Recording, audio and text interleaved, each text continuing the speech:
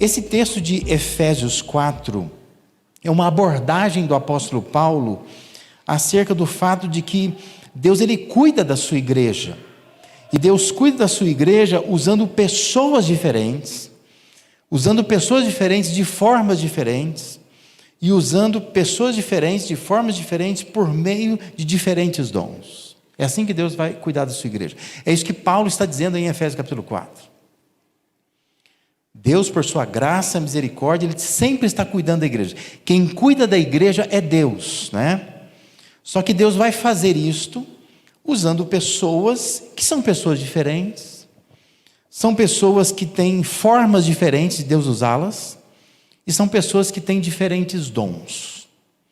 Mas Deus sempre cuidará da sua igreja, desta forma, com esses métodos, né, que Deus tem.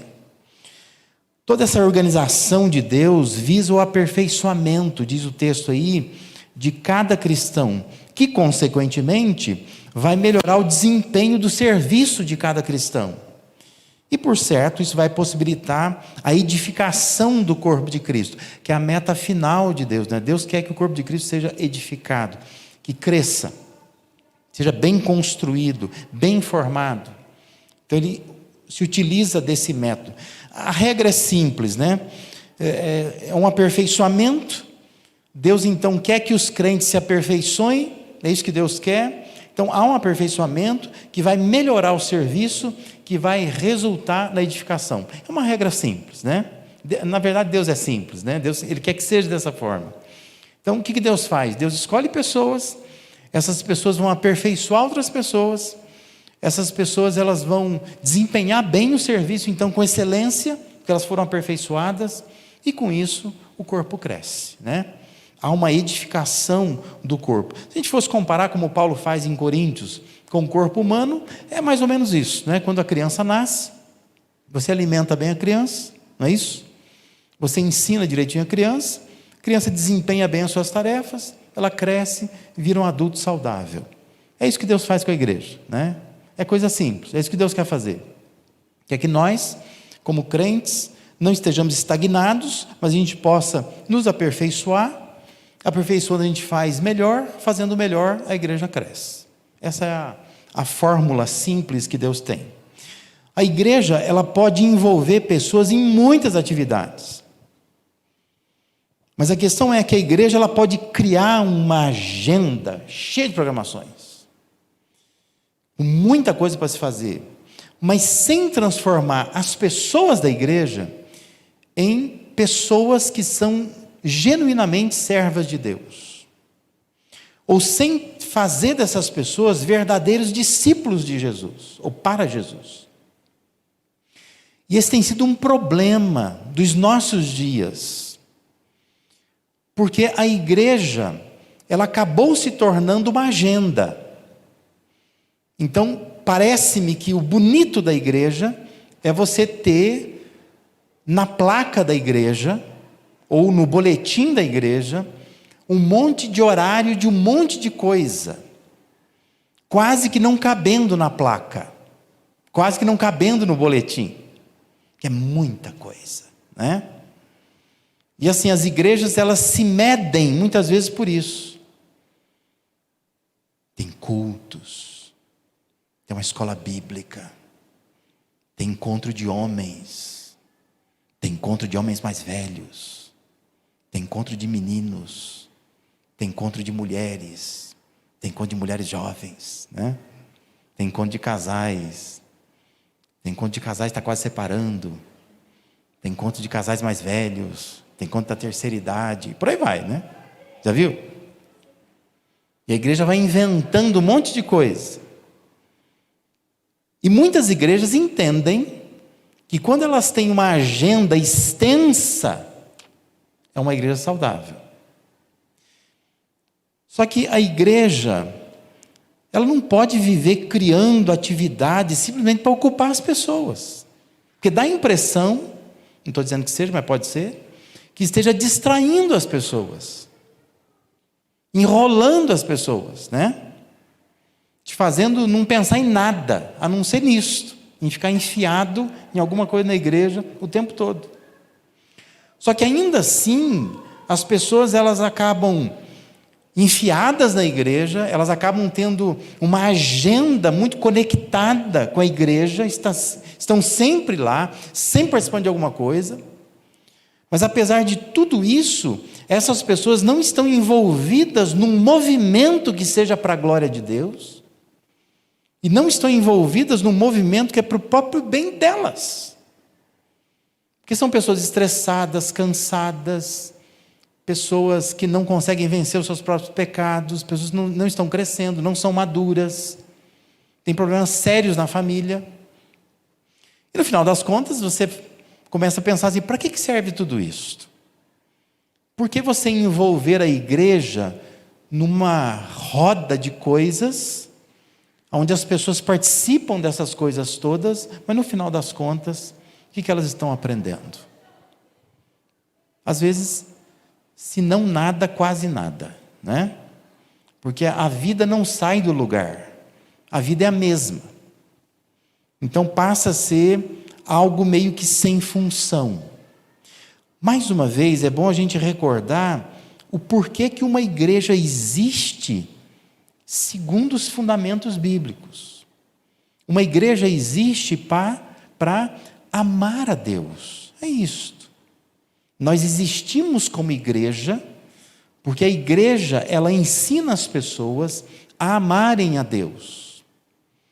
Nós existimos como igreja para amar pessoas, porque pessoas precisam de pessoas, e a igreja tem este foco também, de também amar as pessoas. Por isso que há uma comunidade, por isso que é bom ter encontros, por isso que é bom a gente se conhecer, por isso que é bom a gente visitar uns aos outros, né? A gente ligar, se conectar, porque é assim que a gente conhece e ama pessoas. E a igreja existe para servir o mundo, porque existe um mundo lá fora que está se perdendo, e nós precisamos servir, de alguma maneira, de modo que o serviço pode ser indireto, você está fazendo alguma coisa aqui, e o fato de você fazer alguma coisa aqui, quando alguém do mundo entrar aqui, vai dizer, puxa, eu vou voltar aqui. E se ela voltar aqui, se ela se converter aqui, é porque você está também prestando um bom serviço. Você está servindo o mundo, indiretamente. Ou você pode servir diretamente o mundo, evangelizando. Você pode participar de alguma equipe da igreja que se mobiliza em torno de algumas causas que vão servir ao mundo. Mas é importante a gente entenda o propósito da igreja. São essas três coisas só. Nós vivemos para isso. A igreja existe para isso, para amar a Deus, amar pessoas e servir o mundo. É isso, né? Já ensinamos isso aqui. Os livros mais conceituados em crescimento de igreja, esses livros, esses autores vão dizer que 20% dos membros das igrejas, em geral, estão envolvidos diretamente com o ministério da igreja. E quando você conversa com pastores, eles vão dizer que menos de 20% dos membros da igreja estão diretamente envolvidos com o ministério da igreja. Ou seja, geralmente nas igrejas, nós temos 20% da membresia da igreja fazendo 100% do serviço. Que na verdade, se fizer uma conta, você vai descobrir que é 80%, né? Porque 20% era para fazer mesmo, né? Porque o 20% era deles mesmo, é o serviço deles. Mas eles estão fazendo mais 80% do serviço, que é de outras pessoas. Que Deus designou outras pessoas, mas elas não fazem. Então são 20% carregando coisas que são coisas de outras pessoas. Aí eu pergunto para você, está certo? Não está. Porque na sua família você briga, não briga? Quando você acha que você está sobrecarregada em casa, você briga com o teu marido, você fala assim, isso aqui não é tarefa minha não, lavei até o carro hoje. Por quê? Porque você entende que numa família tem tarefas, e todos têm que participar. Os filhos têm que participar. E quando os filhos não participam, você começa a brigar, começa a ficar estressado, não é? Porque você vai ter que fazer coisas que o outro tem que fazer. Se a mulher, por exemplo, parar de fazer algumas coisas, o marido, se ele tiver que assumir, a coisa fica feia, não é? Porque assim, ele está fazendo uma coisa que às vezes ele não tem nem habilidade para fazer. Mas se a mulher não puder fazer, ou se ela não quiser fazer, ele vai ter que fazer. Então na igreja é a mesma coisa. Se nós temos um corpo onde apenas 20% deste corpo está operando, significa que são 20% que estão sendo sobrecarregados com o trabalho de outros que poderiam estar fazendo aquele trabalho. Isso é justo? Não, não é. Eu sei que você sabe que não é justo, né? Então eu quero que você entenda hoje comigo aqui esse como de Deus, né? Porque a gente entende às vezes os porquês de Deus. Por que Deus quer uma igreja? Deus quer uma igreja para amá-lo, Deus quer uma igreja para amar pessoas, Deus quer uma igreja para servir o mundo. Mas nós precisamos entender como. Como que Deus faz isto? Como que Deus, então, Ele deseja que nós façamos a obra dEle? E eu quero, então, com base no texto de Efésios 4, te fazer pensar em 3 conceitos que são importantes para a gente servir melhor. O primeiro conceito é o conceito da conexão. Observe aí comigo, o texto diz assim, Ele, quem é Ele? É o Cristo, né? Porque no contexto está falando do Cristo, antes. Ele designou alguns para apóstolos, outros para profetas, outros para evangelistas e outros para pastores e mestres, com o fim de preparar os santos. Eu estou cortando, picando o texto aí só para te chamar a atenção mesmo, né? Parte por parte. Mas observe aí, Paulo disse que foi Ele, que foi o Cristo, Jesus, não é? Diz que Ele, o nosso Senhor, que designou funções no seu corpo, que é a igreja. Então, Ele chama pessoas para tarefas muito específicas, que nem todo mundo quer fazer. Mas são tarefas específicas, entendidas por alguns como 5 dons, por outros como 4 dons. Né? Se você contar aí, você vai ver que tem 4 ou 5. É 4 ou 5 porque tem gente que entende que pastor e mestre é uma coisa só. Tem gente que entende que pastor e mestre são 2 coisas. Né? Eu, por exemplo, entendo que é uma coisa só. Né? Ele está falando de 4. Ele está dizendo que são apóstolos, são profetas, são evangelistas e são pastores e mestres. Né? São homens que pastoreiam e ensinam. Né? Porque eu acho, na minha concepção, que é uma coisa só. Todo pastor precisa ser mestre, precisa ensinar, saber ensinar, senão ele não tem como pastorear. Né? Não são 2 dons diferentes aí. Então, pessoas foram apontadas, capacitadas por Deus para se conectarem aos demais. Porque, veja, estes homens separados por Deus, diz que o propósito que eles foram chamados não é só para usar uma espécie de crachá, sabe assim? Sou apóstolo. Né? Não é para usar um crachá. Não é para dizer assim, ó, me respeita porque eu sou pastor. Né? Eu conheço vários assim que simplesmente tem um título. Sou evangelista, hein? Mas não fazem nada, nunca ganhou uma alma para Cristo. Né? Então não é só para ter um crachá. Mas diz que essas pessoas foram chamadas, apontadas, capacitadas por Deus para se conectarem aos demais da igreja. É com o fim de preparar os santos, essa é a tarefa, para servir a obra que Deus quer que esses santos venham a fazer. Consegue notar tudo fluindo por meio de conexão? São pessoas que Deus chama para preparar outras pessoas. Então nós temos uma conexão entre Deus, né, na pessoa de Jesus ou do Espírito Santo, capacitando pessoas. Então é Deus, é uma liderança, é um povo que forma um corpo. Percebe? Tem uma conexão.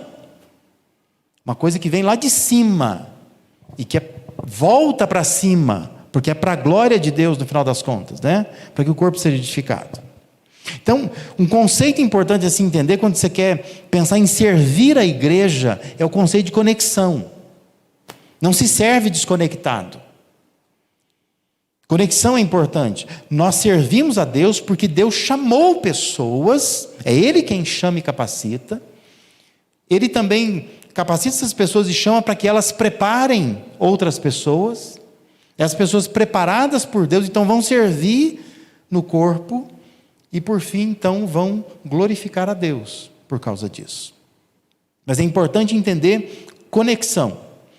Há uma conexão do todo aí. Por isso que eu quero que você entenda nessa noite que você é uma parte que precisa estar conectado com o todo.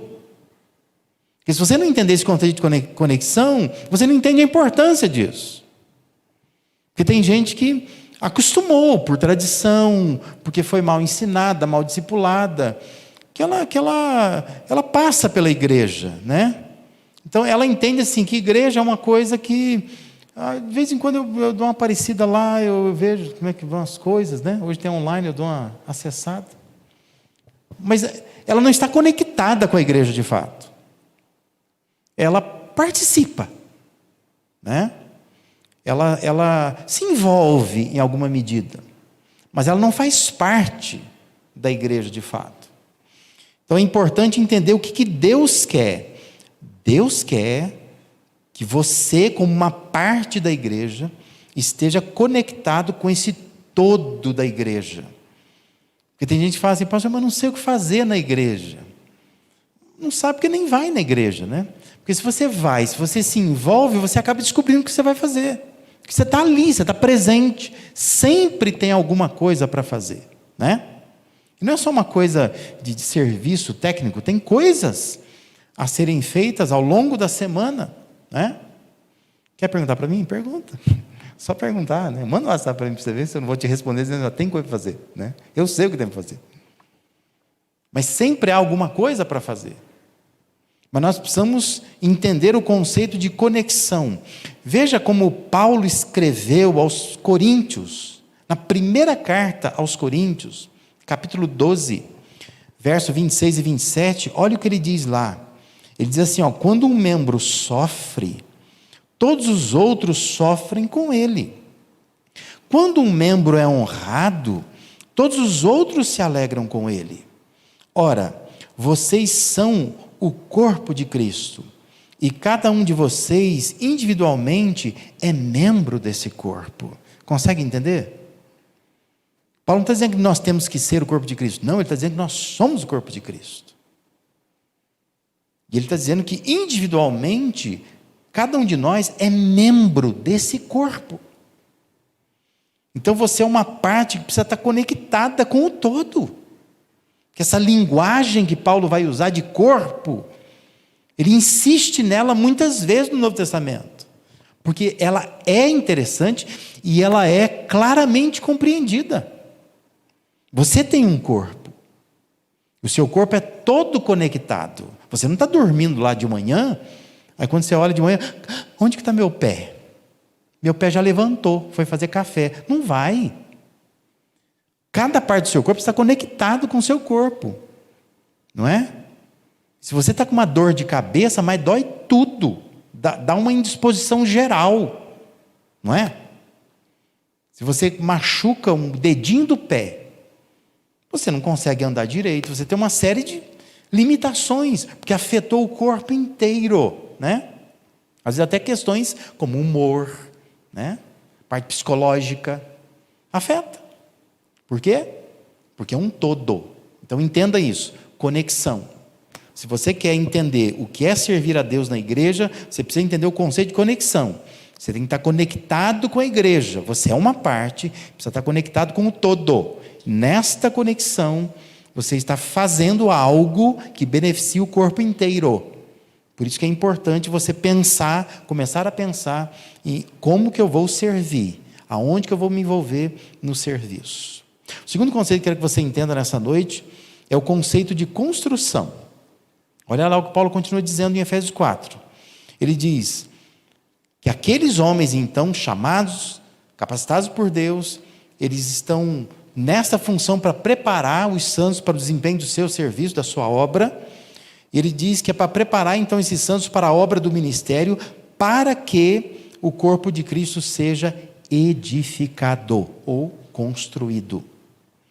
Você precisa sair do nível de comprometimento que você está em direção a um outro nível de comprometimento.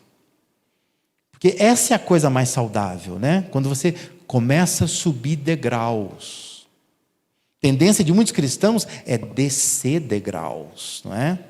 Quando você começa a conversar com cristãos que estão há muito tempo na igreja, você vai perceber que você tem um exército de pessoas machucadas. Gente que se enfiou onde não devia, gente que se envolveu mais do que devia, gente que fez serviço dos outros, gente que tinha um dom fazendo uma outra coisa na igreja, mal orientada, se machucou e não quer fazer mais nada na igreja. Então, elas vão descendo degraus, né? E se tornam, então, pessoas feridas, machucadas. A igreja tem um exército de pessoas assim. Pessoas que já não olham com bons olhos para a igreja, né? Porque elas estão assim, feridas, machucadas, chateadas, decepcionadas. Tentei participar, mas não deu certo. O ideal de Deus é que você saia de um nível de comprometimento e vá para um outro nível de comprometimento. Esse movimento, ele é imprescindível na vida de um cristão. Porque um cristão que é compromissado com Deus, com a palavra de Deus, ele vai estar se movimentando sempre. Ele não para.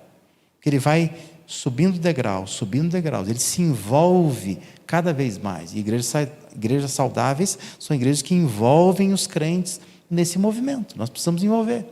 Você precisa saber para onde você está indo. Isso é fundamental, Paulo está dizendo, para que o corpo seja edificado. Cada vez que você se ausenta da igreja, que você se afasta da igreja, você fica sem vir na igreja. Você já reparou como é que as pessoas tradicionalmente reagem a isso, né? Já teve assim um momento que você ouviu alguém dizer assim, nós tivemos um culto ontem, você que não veio, você perdeu. Já ouviu isso? Você que não veio, você perdeu. Eu não acho isso não. Eu acho que todas as vezes que nós estamos reunidos como igreja e você não vem, nós perdemos. É quem está aqui que está perdendo. Não é quem não veio que está perdendo. Nós estamos perdendo. Porque existe um espaço que é seu. Existe uma tarefa que é sua.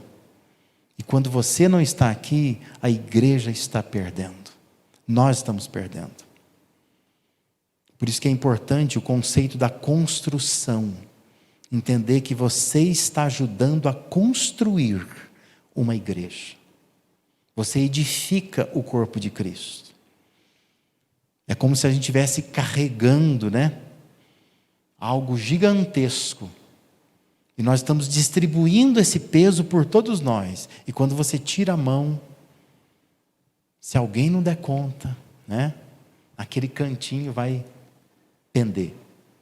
Porque você não está fazendo esta obra da construção. Você não está ajudando a carregar esse peso.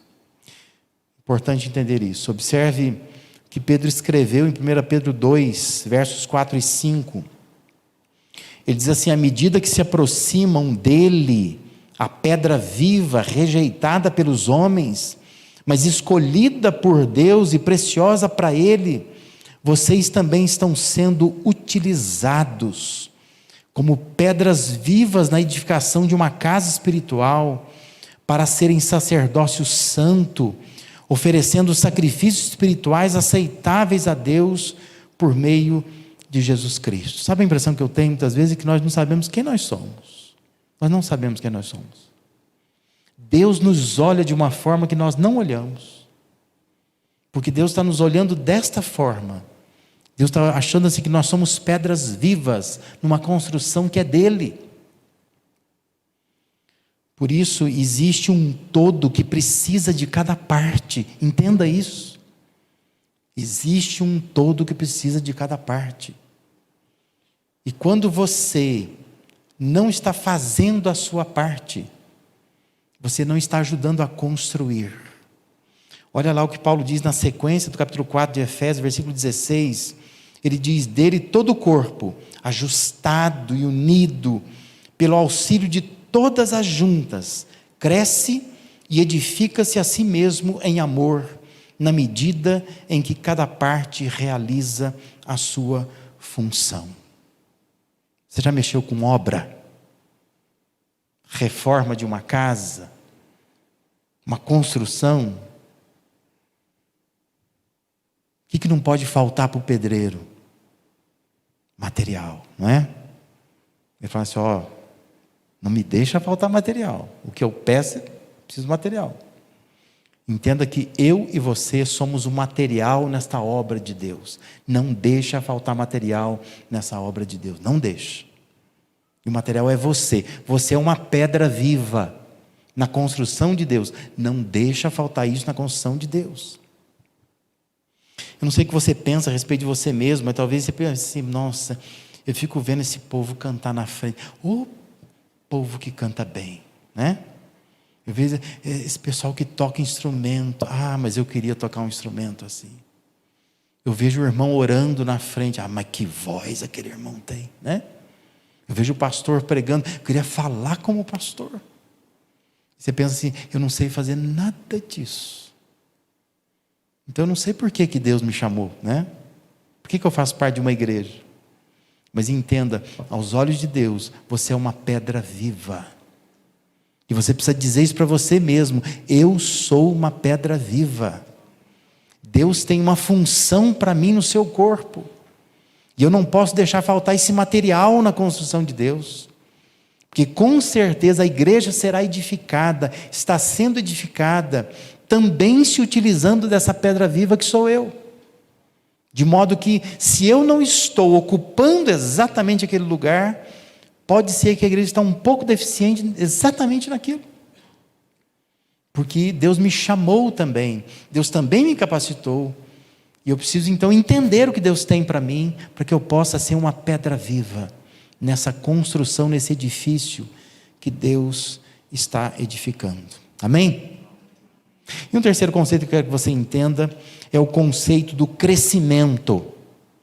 Olha lá o que Paulo diz: até que todos alcancemos a unidade da fé e do conhecimento do Filho de Deus e cheguemos à maturidade, atingindo a medida da plenitude de Cristo. Uma igreja biblicamente edificada, ou uma igreja biblicamente forte, é aquela que chega a basicamente duas posições que Paulo está dizendo aí. A primeira posição é a posição de unidade da fé. Que significa o quê? Que nós não podemos cada um crer de um jeito. Não. A nossa fé não é subjetiva. A nossa fé ela é objetiva. Nós sabemos que é um objeto da nossa fé. Nós cremos em Cristo. Nós temos a palavra de Deus a nossa base, o nosso fundamento. Então, não é o que eu creio, é o que nós cremos. Eu creio como todo mundo crê. Eu me uno então a uma comunidade por causa disso. E como eu vou me aperfeiçoando e melhorando o meu serviço, eu vou edificando esse corpo de Cristo em unidade, fazendo desta igreja uma unidade de fé. E não um povo confuso, cada um crê uma coisa. Não. Cremos na mesma coisa. Cremos em Cristo, cremos na palavra de Deus. Então eu estou unido em fé com essas pessoas. E uma outra posição que Paulo diz que a igreja tem que chegar é a condição de conhecimento pleno de Jesus Cristo. Que significa o quê? Que eu sei como Cristo viveu. Eu sei como Jesus viveu, eu sei o que Ele quer de mim, e eu vou fazer como Ele fez. Lembra lá do que Jesus falou em Mateus 10, 25? Basta ao discípulo ser como o seu mestre. É isso que nós estamos buscando. Nós vamos buscar ser como o nosso mestre. Então nós vamos andar como Jesus andou.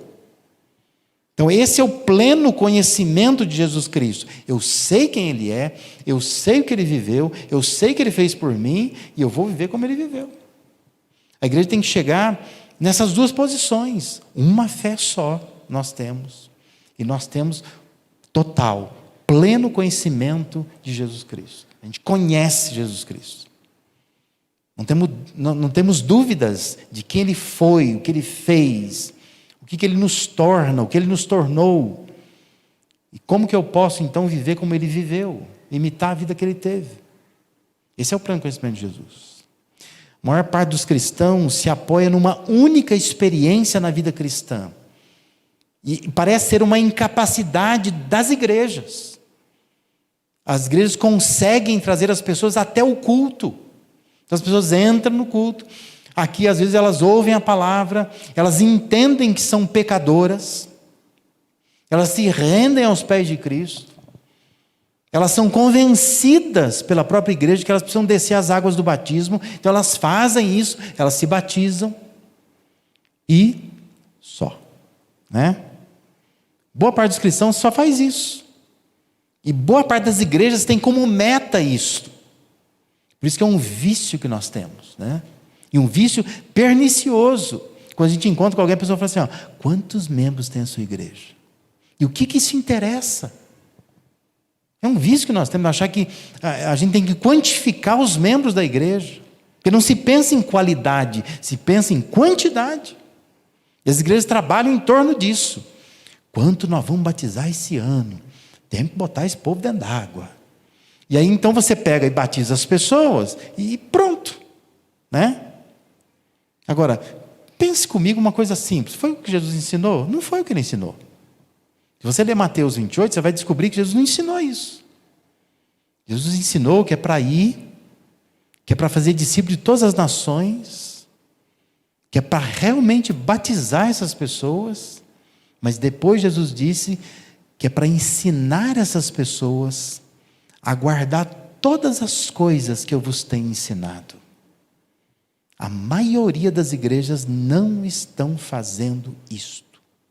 Ou a maioria das igrejas, no português correto, não está fazendo isso, né? A professora me olhou ali com um olhar, né? A maioria das igrejas não está praticando isso. Não está. Por quê? Porque a gente batiza. Quando batiza, canta glória, aleluia, e não sei o quê. Aí você joga a pessoa agora, vai para qualquer sala de EBD, se vira, vai aprender, mas não foi o que Jesus ensinou. O que Jesus disse é que depois de batizar, nós precisamos ensinar essas pessoas ainda a guardar todas as coisas que vos tem ensinado. A maioria dos cristãos entendem que o batismo é a meta. Eu preciso chegar lá. Biblicamente, batismo não é meta nenhuma. Nem de pastor, nem de igreja, nem de membro de igreja. Mas batismo é só um começo, é o primeiro passo. Você entrou na fé, agora você precisa ter experiências com Deus, você precisa buscar a Deus, você precisa conhecer a Deus, você precisa servir a Deus. Então, ao invés de ficar olhando para o batismo como uma coisa que eu preciso alcançar, você deveria pensar que o batismo é só um começo, é uma plataforma, não é um status, né, que eu alcanço, chego lá e depois de lá não faço mais nada. Precisamos entender o conceito de crescimento, isso é importante. Quantas experiências, eu fico pensando, você poderia já ter tido, que você estivesse mais envolvido com a obra de Deus. Quanto Deus poderia ter te ensinado? Quantas vezes a pessoa fica anos na igreja sem fazer absolutamente nada?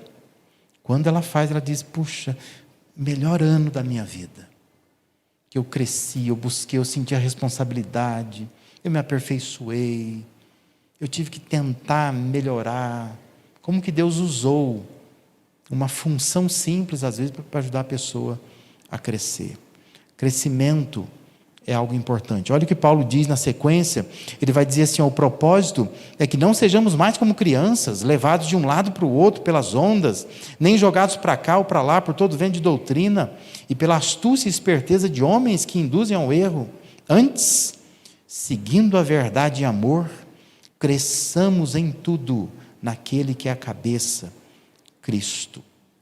Então entenda, se cada um faz sua parte, o todo cresce. É isso que Paulo quis ensinar. Se cada parte faz a sua função, esse todo cresce. O resultado é crescimento. Quando Paulo escreveu aos Coríntios, lá na primeira carta aos Coríntios, capítulo 3, o verso 16 a 17, ele deixa uma exortação séria. Eu queria chamar a sua atenção para isso, já concluindo aqui o nosso tempo. Paulo diz assim, 1 Coríntios 3, 16 e 17, vocês não sabem que são santuário de Deus e que o Espírito de Deus habita em vocês? Se alguém destruir o santuário de Deus, Deus o destruirá, pois o santuário de Deus, que são vocês, é sagrado. Tome cuidado para não confundir o que Paulo está dizendo aqui com outro texto, né? Que há um outro texto que Paulo está dizendo que o santuário de Deus é o nosso corpo, que o templo é o templo do Espírito Santo, onde o Espírito Santo habita. Mas aqui, Paulo está falando da igreja. Ele está dizendo da igreja, está dizendo, vocês não sabem que vocês são o santuário de Deus, são um templo de Deus. E Paulo diz que o Espírito de Deus habita em vocês, como igreja.